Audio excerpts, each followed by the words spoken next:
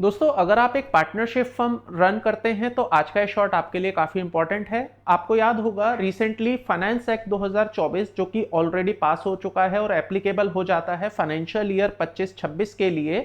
तो उसमें एक अमेंडमेंट की गई थी रिलेटेड टू सेक्शन 40B, जो कि बात करता है पार्टनर के रेमुनरेशन से रिलेटेड। फर्म को पार्टनर रेमुनरेशन की कितनी डिडक्शन अलाउ की जा सकती है। तो अगर मैं पुराने प्रोविजंस के हिसाब से बात करूं तो पार्टनरशिप फर्म अपने पहले 3 लाख रुपए के बुक प्रॉफिट पर 90% और 1,50,000 विच एवर इज हायर तक का remuneration as an deduction claim कर सकते थे। वेयर एज जो बैलेंस प्रॉफिट उनके बचते हैं over and above 3 lakh rupees, उसका 60% उनको डिडक्शन दी जाती थी। नाउ अब फाइनेंस एक्ट 2024 ने इस लिमिट को एनहेंस कर दिया गया है।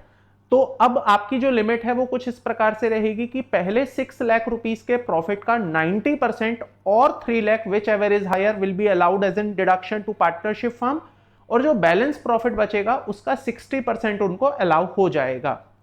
तो अब सवाल ये उठता है, एज एन पार्टनरशिप फर्म क्या आप इस एनहेंस लिमिट का बेनिफिट ले सकते हैं? तो आंसर इज ऑब्वियसली यस, आप इसका बेनिफिट ले सकते हैं।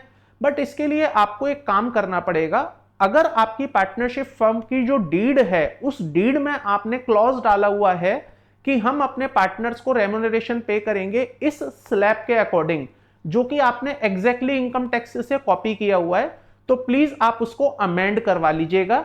क्योंकि अगर आप पार्टनरशिप डीड को अमेंड नहीं करते हैं तो आपके ऊपर ये नई वाली लिमिट्स एप्लीकेबल नहीं होंगी।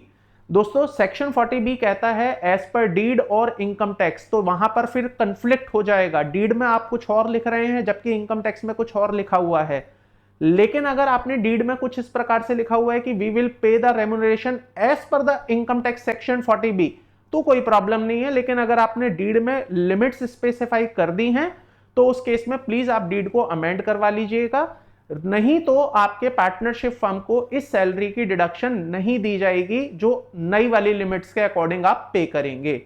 अब जाहिर सी बात है पार्टनरशिप फर्म यहां पर डिडक्शन क्लेम करना चाहेगी क्योंकि वहां 30% का टैक्स है, वेयर एज इंडिविजुअल पार्टनर के हाथ में स्लैब रेट के हिसाब से टैक्स लगाया जाता है।